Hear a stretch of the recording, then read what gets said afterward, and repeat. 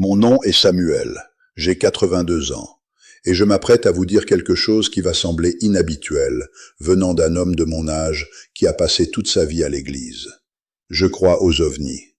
Pas de la manière dont le monde y croit, pas à de petits hommes verts dans des soucoupes volantes venant d'une galaxie lointaine. Ce que je crois, ce que j'ai fini par comprendre après des décennies d'études des Écritures et de la science, est bien plus dérangeant que des extraterrestres, et bien plus réel.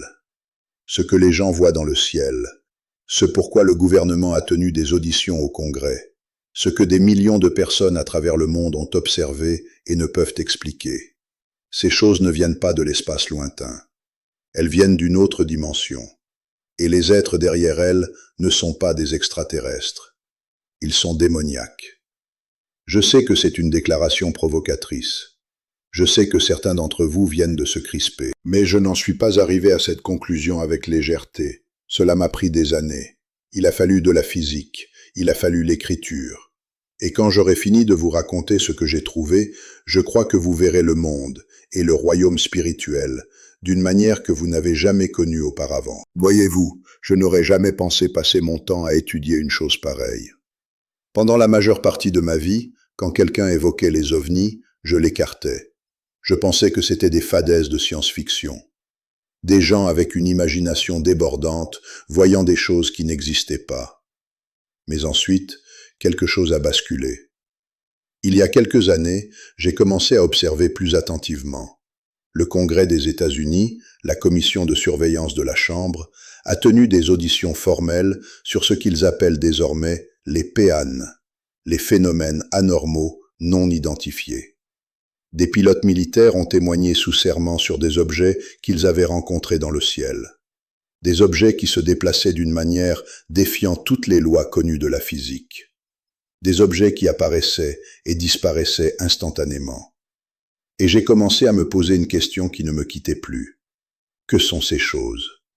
Parce que voici ce que je savais, pour avoir étudié la Bible pendant plus de 50 ans. Nous vivons dans deux mondes simultanément. Un monde physique que nous pouvons voir, entendre, toucher et mesurer. Et un monde spirituel qui est tout aussi réel, tout aussi actif et tout aussi peuplé, mais invisible à nos yeux naturels. Et une fois que j'ai commencé à relier ce que la science moderne a découvert sur la structure de notre univers avec ce que la Bible a toujours enseigné sur le royaume spirituel, tout s'est mis en place. Tout. Laissez-moi vous expliquer. Et j'ai besoin que vous restiez avec moi ici, car ce que je vais vous exposer implique un peu de physique.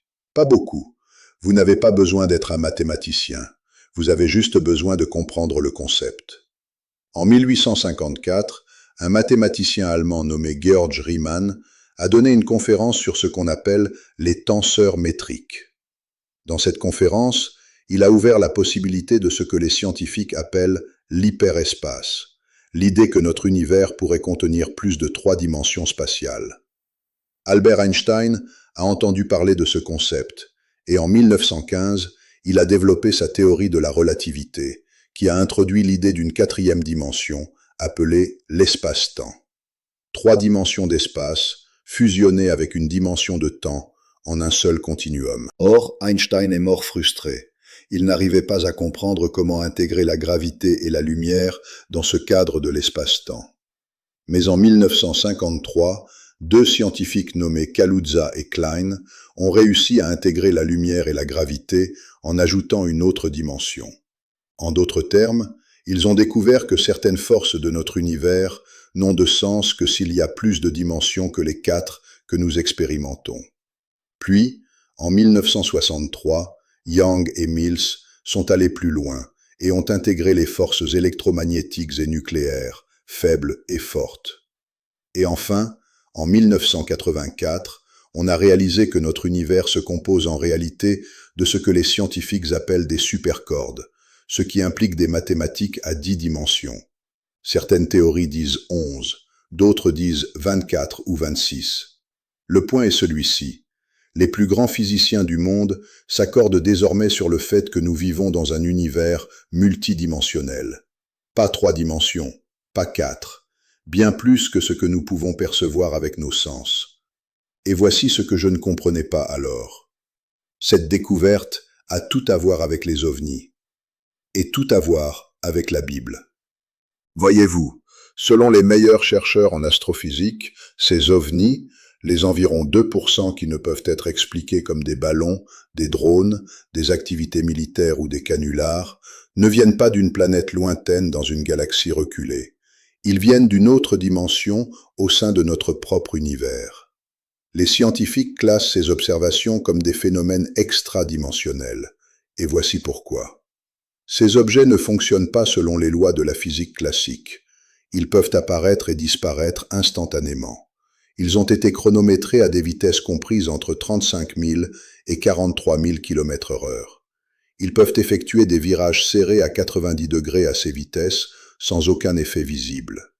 Un pilote de la marine a témoigné qu'il volait à côté de l'un de ces objets et qu'il s'est volatilisé, puis est apparu sur son radar à 100 km de là, une seconde plus tard. Maintenant, réfléchissez-y un instant. Si vous conduisiez votre voiture à 100 km à l'heure et essayiez de faire un virage serré à 90 degrés, les lois de la physique feraient que votre voiture ferait des tonneaux et s'écraserait. Votre élan, votre masse, les forces agissant sur votre véhicule, ils vous détruiraient.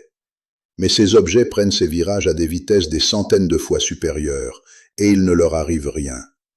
Ils franchissent également le mur du son sans créer de bang sonique. Ils voyagent à des vitesses phénoménales, sans aucun signe d'échauffement aérodynamique dû à la friction atmosphérique. Le véhicule le plus rapide que nous ayons jamais construit, la navette spatiale, plafonnait à environ 30 000 km/h et nécessitait des tuiles spéciales résistantes à la chaleur pour survivre à la rentrée. Ces objets dépassent cette vitesse sans aucun effet visible d'aucune sorte. Qu'est-ce que cela nous dit? Cela nous dit que ces objets n'ont pas de masse. Ce ne sont pas des engins physiques au sens où nous comprenons les objets physiques. La seule explication scientifique est qu'ils sont extradimensionnels. Ils existent dans des dimensions au-delà des nôtres et peuvent interagir avec notre continuum espace-temps d'une manière que nous ne pouvons ni reproduire ni comprendre pleinement. Et c'est là que la Bible intervient. Parce que tout ce que je viens de décrire du point de vue de la science, tout ce qui concerne l'hyperespace, la réalité multidimensionnelle, les êtres qui peuvent se déplacer entre les dimensions, la Bible le décrit depuis des milliers d'années. Nous n'avions simplement pas le vocabulaire scientifique pour le reconnaître. Laissez-moi vous donner un principe qui a changé toute ma compréhension de l'écriture. La compréhension de l'hyperespace donne aux croyants un grand aperçu du royaume spirituel dont parle la Bible. Les choses qui se passent dans le royaume spirituel ne sont possibles que dans un monde multidimensionnel, avec des êtres interdimensionnels. Laissez-moi le redire parce que c'est d'une importance capitale. Les choses qui se passent dans le royaume spirituel ne sont possibles que dans un monde multidimensionnel, avec des êtres interdimensionnels. Maintenant, laissez-moi le prouver par l'Écriture. Après la résurrection de Jésus, 2 de ses disciples marchaient sur le chemin d'Emmaüs. Ils étaient abattus, le cœur brisé. Ils ne savaient pas encore que Jésus était ressuscité. Et Jésus lui-même apparut et marcha avec eux. Il parla avec eux. Il leur expliqua les Écritures.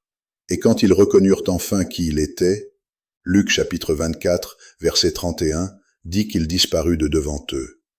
Ce mot « disparu » est traduit du mot grec « aphantos ». C'est un mot composé. « Phantos » signifie « apparaître » et le préfixe « alpha » le rend négatif. Donc « aphantos » signifie littéralement « disparaître », instantanément. Un moment il était là, le suivant il était parti. Comment a-t-il fait cela? Parce qu'après sa résurrection, Jésus avait un corps interdimensionnel. Il pouvait exister dans notre dimension physique et entrer dans une autre dimension à volonté. Et ce ne fut pas un événement unique. Dans Jean chapitre 20, verset 19, les disciples se cachaient derrière des portes verrouillées, terrifiés par les chefs juifs. Les portes étaient verrouillées, les fenêtres étaient fermées, et soudain, Jésus se tenait là, parmi eux. Il n'a pas frappé, il n'a pas franchi la porte, il est apparu. À l'intérieur d'une pièce scellée, et 8 jours plus tard, au verset 26, il l'a refait. Même porte verrouillée, même apparition soudaine. Honnêtement, si cela m'était arrivé, j'aurais été terrifié. Mais voici ce que cela nous dit. Le corps ressuscité de Jésus était interdimensionnel. Il pouvait voyager entre les dimensions. Il pouvait exister dans le royaume physique et le royaume spirituel simultanément. Et cela signifie que les anges qui sont venus rouler la pierre de son tombeau ne l'ont pas fait pour que Jésus puisse sortir. Ils n'avaient pas besoin que la pierre soit déplacée. Ils l'ont roulée pour que les disciples puissent regarder à l'intérieur et voir que le corps était déjà parti. Pensez-y. Et cela ne s'est pas limité aux événements post-résurrection. Regardez la transfiguration qui a eu lieu avant la crucifixion. Matthieu chapitre 17. Jésus a emmené Pierre, Jacques et Jean sur une haute montagne. Et tandis qu'ils regardaient, son apparence fut transformée. Le mot « transformé » vient du mot grec « métamorpho », un changement de forme physique. Son visage brilla comme le soleil, ses vêtements devinrent blancs comme la lumière. Et puis Moïse et Élie apparurent soudainement. Ils n'ont pas franchi la colline à pied, ils ne se sont pas approchés de loin, ils étaient juste là, instantanément. Et quand ce fut fini, ils disparurent tout aussi vite. Qu'est-ce que cela nous dit? Moïse et Élie avaient des corps interdimensionnels. Ils existaient dans le royaume spirituel, mais pouvaient entrer dans le royaume physique et en repartir. Ils pouvaient voyager entre les dimensions. Et c'est scientifiquement cohérent avec ce que nous savons de l'hyperespace et de la réalité multidimensionnelle. Maintenant, permettez-moi d'aller un cran plus loin, jusqu'à l'enlèvement, parce que c'est là que tout se rejoint. Dans 1 Thessaloniciens chapitre 4, Paul décrit ce qui arrivera quand Jésus reviendra. Les croyants qui sont déjà morts, leurs esprits et leurs âmes sont au ciel avec Jésus. Quand il reviendra, ils viendront avec lui. Mais leurs corps sont toujours dans la terre, décomposés, retournés à la poussière. Et Paul dit que ces corps vont sortir de leur tombe et être réunis avec leurs âmes.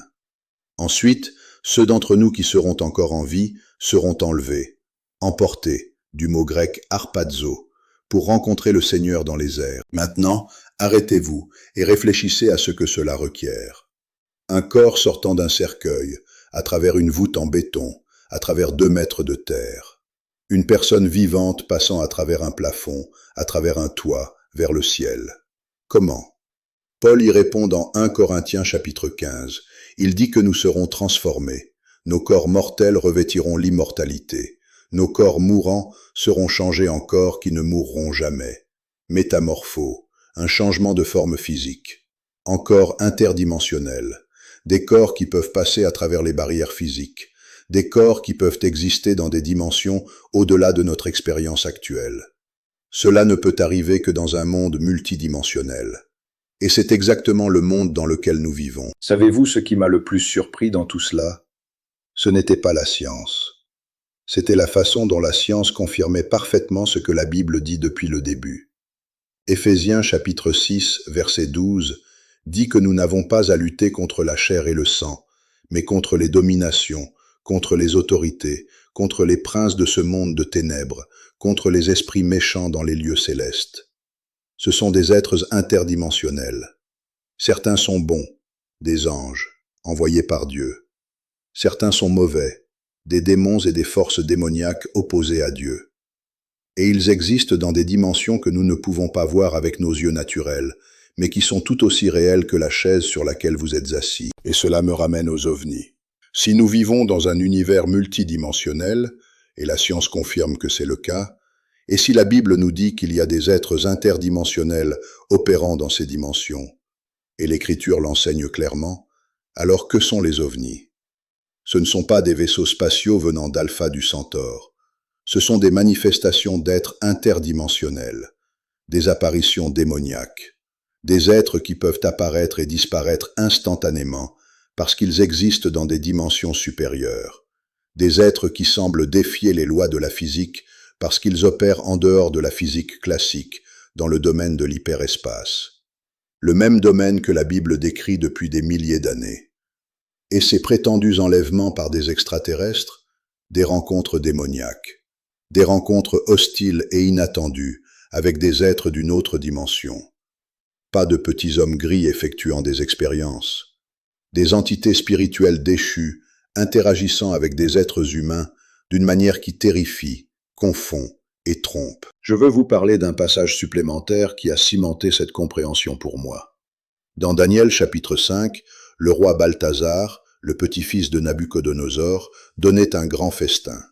Il prit les objets sacrés du temple de Dieu et les profana, les utilisant pour sa célébration d'ivrogne. Et soudain, des doigts apparurent. Une main, juste une main, écrivant sur le mur de plâtre du palais. Pas de bras, pas de corps, pas d'être visible, juste une main, écrivant 4 mots. Comptez, comptez, pesez, divisez. Tes jours sont comptés, tu as été pesé et trouvé léger. Ton royaume sera divisé. Quand j'étais enfant, j'imaginais Dieu faisant flotter d'une manière ou d'une autre une main désincarnée dans les airs. Mais maintenant, je comprends ce qui s'est passé. Un être interdimensionnel, un ange, a tendu la main depuis la dimension spirituelle jusque dans notre dimension physique. Il n'a pas traversé complètement. Il a étendu sa main dans notre continuum espace-temps. Et tout ce que Balthazar pouvait voir, c'était la main. Parce que le reste de l'être existait dans une dimension au-delà de sa perception. C'est un événement interdimensionnel, et une fois que vous comprenez l'hyperespace, la Bible a plus de sens qu'elle n'en a jamais eu auparavant. Mon père disait une chose que je porte en moi à ce jour. Il disait, plus tu comprends la science, plus tu comprends Dieu, et plus tu comprends Dieu, plus tu crois en Dieu. Il avait raison. La science ne contredit pas la Bible. Plus nous en découvrons sur la structure de notre univers, plus elle s'aligne parfaitement avec ce que l'Écriture a toujours enseigné. Nous vivons dans un monde multidimensionnel. Il y a des êtres interdimensionnels, bons et mauvais, qui opèrent dans ces dimensions en ce moment même. Et les phénomènes que le monde appelle ovnis font partie d'une réalité spirituelle dont la Bible nous a avertis bien avant toute audition au Congrès. Et voici où cela se connecte au temps de la fin. Jésus a dit dans Matthieu 24, « Ce qui arriva au temps de Noé arrivera de même à l'avènement du Fils de l'homme. » Et la plupart des gens ne comprennent pas pleinement ce qui s'est passé au temps de Noé. Des anges déchus, des êtres interdimensionnels, ont quitté leur propre demeure, sont entrés dans notre dimension physique et ont interagi avec l'humanité d'une manière qui a corrompu la terre entière. Et Jésus a dit que cela arriverait de nouveau. Quand vous voyez l'explosion des observations d'ovnis, quand vous voyez des gouvernements tenir des auditions sur des phénomènes qu'ils ne peuvent expliquer, quand vous voyez le monde devenir fasciné, presque obsédé par l'idée d'un contact extraterrestre, demandez-vous ce qui se passe réellement. Parce que la Bible nous l'a déjà dit. Et voici une dernière chose que je dois dire avant de vous laisser partir. Votre âme est interdimensionnelle. Elle ne peut être détruite. Quand vous mourrez, votre âme va dans l'un des 2 endroits, le ciel ou l'enfer. Pas vers une galaxie lointaine, vers une autre dimension. Une dimension qui est plus proche que vous ne le pensez. Et l'endroit où vous passerez l'éternité dépend entièrement d'une seule décision, ce que vous faites de Jésus-Christ. Si vous avez le Fils, vous avez la vie. Si vous n'avez pas le Fils, vous n'avez pas la vie. C'est ce que dit l'Écriture. Et c'est le fait le plus important que vous rencontrerez jamais. Alors, si vous êtes arrivé jusqu'ici avec moi, si quelque chose que j'ai dit aujourd'hui vous a ouvert les yeux ou a remué quelque chose de profond en vous, je dois vous demander de faire quelque chose. Partagez ceci avec quelqu'un qui cherche, quelqu'un qui est fasciné par les ovnis, mais qui ne connaît pas la vérité biblique derrière ce qu'il voit. Quelqu'un qui pense que la science et la foi sont ennemies, alors qu'elles sont en réalité partenaires, pointant vers le même Créateur. Laissez un commentaire et dites-moi ce qui vous a le plus frappé. Abonnez-vous à cette chaîne, car j'ai encore tellement de choses à vous dire sur les anges déchus, sur le temps de Noé, sur ce que Jésus a dit qu'il arriverait avant son retour. J'ai 82 ans, et je ne sais pas combien de conversations comme celle-ci je pourrais encore avoir. Mais je sais ceci, les pensées de Dieu sont au-dessus de nos pensées, et ses voix sont au-dessus de nos voix. Il a créé chaque dimension. Il existe en dehors de chacune d'elles. Et il n'est pas lointain. Il n'est pas silencieux. Il est juste ici. La seule question est de savoir si vous le connaissez. Et si ce n'est pas le cas, aujourd'hui est le jour. C'est le moment même. N'attendez pas. Votre âme est éternelle. Assurez-vous de savoir où elle va.